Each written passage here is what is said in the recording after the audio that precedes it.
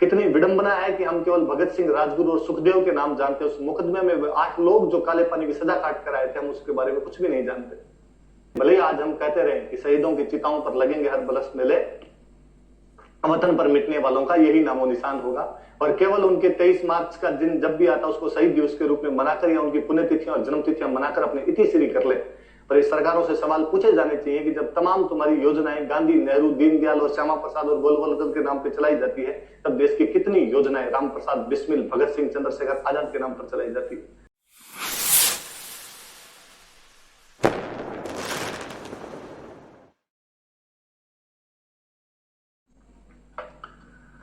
8 अन्य आरोपी जो इनके साथ में थे, जो उस लाहौर षड्यंत्र, दूसरा लाहौर षड्यंत्र मुकदमे में थे, उनको अंडमान निकोबार की सेलुलर जेल की काले पानी की सजा के अंदर भेज दिया गया, जिसकी कहानियां सुनकर रूह कांप जाए। और पुनः उन लोगों ने जेल में कैदियों के प्रति की जाने वाले दुर्व्यवहार के खिलाफ भूख हड़ताल की। एक बार फिर से उसी तरीके से उनको दूध वगैरह पिलाने की, लिक्विड देने की कोशिश की गई। बाकी लोग मेरी तरह कोई दुबले पतले थे तो अंग्रेज जबरदस्ती पकड़ पकड़ा के उनको दे दिया करते थे। महावीर सिंह फिर हट्टा कट्टा था, इसलिए मानता नहीं था, इसलिए एक बार उसको 4, 5, 10 लोगों ने जबरदस्ती पकड़ के जमीन पे लिटा के उसके नाक के अंदर पाइप डाली गई। गलती से वो पाइप आहार नली की जगह श्वास नली के अंदर चली गई। फेफड़ों में दूध भर गया। वो चिल्लाता रहा, लेकिन लगा कि नाटक कर रहा है, यूं छोड़ के चले गए। फिर वो और चिल्लाया, हेल्प हेल्प चिल्लाया। अंग्रेज अधिकारी भाग कर आए। आसपास वाले क्रांतिकारियों ने शोर मचाया कि पहलवान चिल्ला रहा है, पहलवान चिल्ला रहा है। अंग्रेजों को बैरक में देखते ही पता चल गया कि मरने वाला है। उठाकर ले जाने लगे तो पास वाली बैरक से ग्यारसी लाल वापस चिल्लाए कि क्या हुआ है, हमें बताया तो जाए। तो पहलवान ने एक बार थोड़ी सी आंखें खोली और कहा, अच्छा चलता हूं, दुआओं में याद रखना। लाश भी वापस घर वालों को नहीं दी गई थी। अंडमान निकोबार के पास बंगाल की खाड़ी में उसकी लाश फेंक दी गई थी। उस भूख हड़ताल में 3 शहीद हुए थे, मोहित मोइत्रा, मोहन किशोर और महावीर सिंह, जिन तीनों के स्टेचू अंडमान निकोबार के सेलुलर जेल के बाहर लगाए गए हैं। विडंबना यह है कि देश के इतिहास में उन विक्रम विप्लवियों को कोई स्थान नहीं दिया गया। कितनी विडंबना है कि हम केवल भगत सिंह, राजगुरु और सुखदेव के नाम जानते हैं। उस मुकदमे में 8 लोग जो काले पानी की सजा काट कर आए थे, हम उसके बारे में कुछ भी नहीं जानते।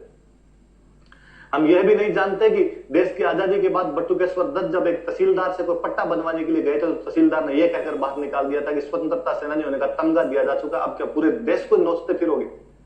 हम यह भी नहीं जानते कि वो बटुकेश्वर दत्त अपने अंतिम समय में दिल्ली के एक सरकारी अस्पताल के अंदर तड़प तड़प कर मरे थे, उनके पास जाने वाला कोई भी नेता नहीं था। हम यह भी नहीं जानते कि जब उससे पूछा गया उस बटुकेश्वर दत्त से कि तुम्हारी अंतिम इच्छा क्या है, तो उसने कहा कि मुझे भगत सिंह की मां से मिलवाया जाए। और जब भगत सिंह की मां आई तो उन्होंने कहा कि बेबे इन्होंने कहना कि मेरी लाश भी वहीं दफनाई जाए या मेरी लाश भी वहीं जलाई जाए जहां पर भगत सिंह की लाश जलाई गई थी। ये विडंबना इस वजह से है कि history was written by victors. इतिहास विजेताओं के द्वारा लिखा जाता है। विजेता कांग्रेस थी। मैंने जितने नाम गिनाए इनमें से कोई भी कांग्रेसी नहीं था। क्रांतिकारियों के पन्ने यदि 2 पन्नों में समेट कर रख दिए जाते हैं, तब ये सोचने पर विवश होना पड़ता है कि वे लोग जो भले दूसरी धारा के रहे हो, लेकिन यदि देश को आजादी दिलाने में अपने खून का कतरा कतरा तक बहा दिया था, जिनके लिए भले आज हम कहते रहे कि शहीदों की चिताओं पर लगेंगे हर बरस मेले, वतन पर मिटने वालों का यही नामो निशान होगा। और केवल उनके 23 मार्च का दिन जब भी आता, उसको शहीद दिवस के रूप में मनाकर या उनकी पुण्यतिथियां और जन्मतिथियां मनाकर अपने इतिश्री कर ले। पर इस सरकारों से सवाल पूछे जाने चाहिए कि जब तमाम तुम्हारी योजनाएं गांधी, नेहरू, दीनदयाल और श्यामा प्रसाद और गोलवलकर के नाम पर चलाई जाती है, तब देश की कितनी योजनाएं राम प्रसाद बिस्मिल, भगत सिंह, चंद्रशेखर आजाद के नाम पर चलाई जाती है। क्यों नहीं तुम्हारी नरेगाओं के नाम महात्मा गांधी नरेगा योजना की जगह चंद्रशेखर आजाद नरेगा योजना किया जाता है? क्यों नहीं तुम्हारी इंदिरा रसोई की जगह उसका नाम दुर्गा भाभी रसोई कर दिया जाता है? क्योंकि ये सवाल हम कोई पूछते नहीं है, हम केवल जब इतिहास पढ़ते हैं तब ये सवाल उठाते हैं। हम वोट देते समय इन बातों की कभी अपेक्षा नहीं करते, इसलिए सरकारों पर दबाव नहीं बनता, वैसे कोई काम नहीं करती।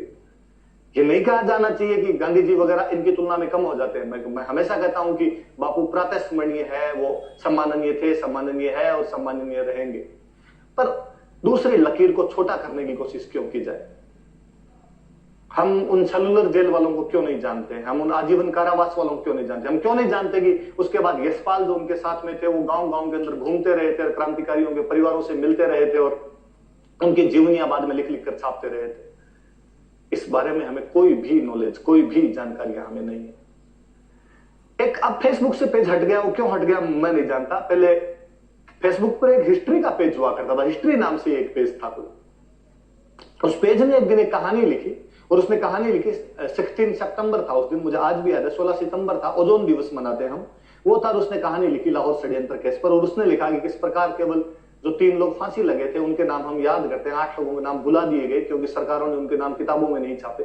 और उन्होंने लिखा कि उनमें से एक जो महावीर सिंह था जिसने भगत सिंह को भागने में सर्वाधिक सहायता की थी, जिसके घर पर भगत सिंह शाहजहांपुर यूपी में लंबे समय तक रहे थे, वो बाद में अंडमान निकोबार की सेलुलर जेल के अंदर भूख हड़ताल के दौरान जिस प्रकार जतिन दास शहीद हुए थे वो भी शहीद हो गया था, जिसके साथ 2 और बंदे मोहित मोहित्रो और मोहन किशोर भी थे, जिनकी स्टेच्यू आज भी सेलुलर जेल के अंदर लगाई हुई है। उसका जन्मदिन है। मैंने भी पहली बार ही पढ़ा कि यार ऐसा ऐसा कोई क्रांतिकारी भी था और उसका जन्मदिन है। सामान्य सी बात, ऐसी खूब सारी चीजें आती हम पढ़ते हैं, पढ़ के भूल जाते हैं, पर उसकी अंतिम लाइन बड़ी जोरदार सी थी और उसके अंतिम लाइन के अंदर लिखा हुआ था कि उस महावीर सिंह के पोते असीम सिंह अब जयपुर के मालवीय नगर में रहते हैं।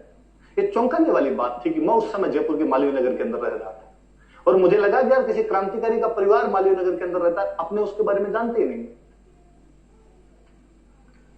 कैसे जाना जाए, इसके ऊपर तो इतनी जानकारी। तो गूगल सर्च मारा मैंने, असीम सिंह मालवीय नगर लिखा तो उनकी दुकान का नाम आया, फोन नंबर आया नीचे, कॉल किया, असीम जी बोल रहे हो? जी। महावीर सिंह के पोते हो? जी। हम मिलना चाहते हैं आपसे क्योंकि आज महावीर सिंह जी का बर्थडे है, हम बात करना चाहते हैं आपसे। बंदे ने कहा शाम को घर आ जाना। घर का जब एड्रेस बताया, पैरों तले जमीन खिसकने वाली जमीन थी। एक बात थी कि मैं सड़क के इस तरफ रहता था, उनका घर सड़क के उस तरफ था, महज 3 मकान इधर और 3 मकान उधर की दूरी। सैकड़ों बार वहां से गुजरे होंगे, पर किसको पता था कि इस घर में रहने वाला परिवार उस व्यक्ति का परिवार है जो देश की आजादी के लिए शहीद हुआ था, जो भगत सिंह के साथ का आदमी था या उस लाहौर षड्यंत्र केस के अंदर रहा था। तो बाकियों को तो जान भी कैसे पाए। मैं आसपास में जो भी स्प्रिंग बोर्ड के स्टूडेंट रहते थे, मैं जिनको जानता था उनको मैंने कॉल किया, आओ यार। मुझे लगा यार 5, 7, 10 आदमी तो जाए, अगले को थोड़ा यूं फील हो कि हाँ यार वाकई रेस्पेक्ट करने के लिए आए हैं ये लोग। हम सब प्लानिंग करके गए। पहले हम केवल जाने वाले थे क्योंकि स्टूडेंट ने कहा सर ऐसे तो नहीं जाना चाहिए, बुके तो ले लेना चाहिए, उनका बर्थडे था तो बुके खरीद के लाए। किसी और ने कहा कि सर वो सोल और ढाकरा अभिवादन करते हैं, उस टाइप का भी थोड़ा कुछ हो जाना चाहिए, सोल लेके आए। हम सब आपस में बातचीत करके गए कि यार इतना बड़ा आदमी उस क्रांतिकारी का पोता है तो उसके पास टाइम नहीं होगा, इसलिए अपने 15 मिनट में क्या क्या बातें पूछनी है, क्या क्या बातें बोलनी है, तुम क्या बोलोगे, तमाम चीजें तय करके गए। हमें लगा कि यार उस आदमी के पास पता नहीं कितने लोग आते होंगे, आके ये सेम बातें पूछते होंगे, इसलिए व्यक्ति बोर हो गया होगा बताते बताते। अपने को नहीं पता था, दुनिया तो जानती होगी। हम गए तो इस बात का और बड़ा अचंभा था कि उस व्यक्ति ने हमें 2.5 घंटे बिठा कर रखा। हम ही गए थे, बाकी कोई नहीं आता। आस पड़ोसियों को भी पता ही नहीं कि वो है। मैंने कहा उनको कि आप प्रयास क्यों नहीं करते। कहा कि एक बार मैं जयपुर के मेयर से मिला था और मैंने ये बताया भी था, उन्होंने मुझे आश्वासन भी दिया था और कहा था कि आपके जो घर वाली रोड है उसका नाम महावीर सिंह रोड कर दिया जाएगा, पर उन्होंने नहीं किया। बार बार जाकर मुझे ये कहने में कि मैं उनका पोता हूं और उनके नाम पे रोड की जाए, मुझे लगता है उनकी आत्मा दुख पाती होगी। उन्होंने नाम करने के लिए सब नहीं किया था। और अड़ोसी पड़ोसी कुछ तो जानते हैं, बाकी को अब मैं चला के थोड़ी बताऊंगी मैं उनका पोता। उन्होंने अपनी जिंदगी के अंदर जो किया वो हमारे लिए हमेशा सम्माननीय नहीं रहेंगे, हमारे लिए नहीं पूरे देश के लिए रहेंगे, पर अब हमारी तो जिंदगी जो है वैसे चल रही। मैंने पूछा कि जयपुर आने क्या कारण रहा, तो उन्होंने कहा कि मैं उनका रियल पोता नहीं, उन्होंने तो शादी नहीं की थी, उनके जो भाई थे मैं उनका पोता हूं। और जब भगत सिंह लंबे समय तक हमारे घर पर फरारी के दौरान रुके थे, कालांतर में जब भगत सिंह और मेरे दादाजी दोनों वहां से निकल गए तो पुलिस को जब पता चला तो पुलिस ने छापे मारने शुरू किए। तो मेरे दादाजी को लगा कि यहाँ पार नहीं पड़ेगी, तो मेरे दादाजी जयपुर आ गए, क्योंकि जयपुर भारत का हिस्सा नहीं हुआ करता था, यहाँ पे राजाओं का राज था। और यहाँ के वनस्थली विद्यापीठ में जो हीरालाल शास्त्री वाली थी उसमें नौकरी कर ली थी। बाद मेरे पापा भी यही नौकरी लग गए और अब मैं मेरा बिजनेस यहां पर चलाता हूं, वाइफ मेरे स्कूल चलाती है। उन्होंने हमें कहा कि जब भगत सिंह शाहजहांपुर में हमारे घर पर रहे थे, भगत सिंह का सामान एक संदूक के अंदर था। उन्होंने हमें वो संदूक दिखाई कि वही संदूक है जिसके अंदर भगत सिंह का सामान रखा हुआ था। उन्होंने और बताया कि भगत सिंह बहुत रिच फैमिली से थे, बहुत पैसे वाले थे, जमींदार थे, वहां के लंबरदार थे पंजाब के।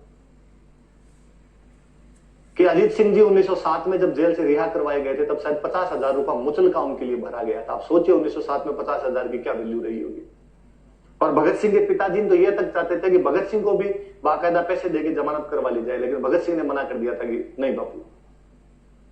इवन चंद्रशेखर आजाद तो ये चाहते थे कि जब भगत सिंह को कोर्ट से जेल ले जाया जाता है, जेल से कोर्ट ले जाया जाता है, तो बीच में पुलिस पर हमला करके भगत सिंह को छुड़वा लिया जाए। लेकिन चंद्रशेखर आजाद को भगत सिंह ने इसके लिए भी आगाह कर दिया था कि पंडित जी कुर्बानी बर्बाद हो जाएगी, लोग गुंडे और चवन्नों से अधिक कुछ नहीं समझेंगे, इसलिए प्लीज ऐसा मत करना, आप बाकी लोग संगठन संभालिए, हमारा समय आ गया था। हम बलिदान से ही अब देश के युवाओं को यदि जागृत कर पाएंगे तो अच्छा तरीका है। हम बलिदान देंगे, किसी ना किसी को तो ये देना पड़ेगा, हम देंगे। दिल से ना निकलेगी मरकर भी वतन ए उल्फत, हमारी मिट्टी से भी खुशबू वतन आएगी। मर भी गए तो हमारी मिट्टी से भी वो खुशबू तो चारों तरफ रहेगी, इसलिए प्लीज ये मत करो आप। तो इतने पैसे वाले थे तो भगत सिंह की जो मम्मी थे विद्या देवी, उनकी जब शादी हुई थी तो उनके पीहर वालों ने उनको 4 बड़े बड़े संदूक दहेज के अंदर दिए थे। पहले वो पेटी आती थी, पेटी लो वाली जो पेटी आती थी अपने, एक एक मिलती है घरों में, वो पैसे वाले थे तो उनकी मम्मी 4 लाई थी। भगत सिंह जब पढ़ने के लिए गए एक उनको दे दिया गया। भगत सिंह जब फरार हुए तो उस एक संदूक में अपना सामान लेके निकले थे। उनका कि जब हमारे घर से वापस फरार हुए तो उन्होंने वो संदूक हमारे घर ही छोड़ दिया कि भाई इतना बड़ा संदूक लेके इधर उधर कौन भागता फिरेगा। जब देश आजाद हो गया, सरकार ने कहा कि म्यूजियम में रखने के लिए क्रांतिकारियों की चीजें चाहिए, तो क्रांतिकारी के जो भी घर वाले हैं वो चीजें हमें दे दे। तो हमने बाकी तमाम चीजें लौटा दी थी, लेकिन वो संदूक नहीं लौटाया था, हमारे पास पड़ा। हमें लगता है कि भगत सिंह हमारे घर पर रहे थे तो कुछ निशानी तो हमारे पास होनी चाहिए।